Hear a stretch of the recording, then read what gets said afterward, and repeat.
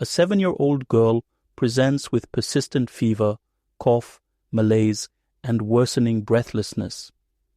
She was previously treated with antibiotics for pneumonia, but showed no improvement after 48 hours.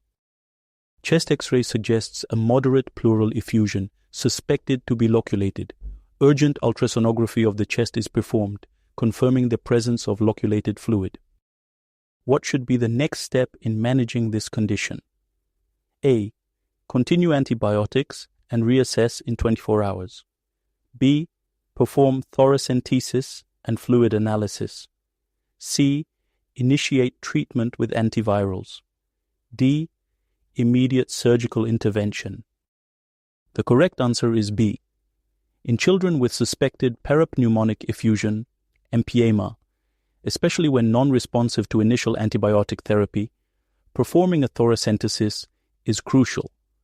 Fluid analysis should include gram stain and culture to identify causative bacteria, and tests for cell count and differential to guide further management. This helps in tailoring antibiotic therapy more effectively and deciding on further interventions like drainage if necessary. Thank you for participating in this pediatric case review.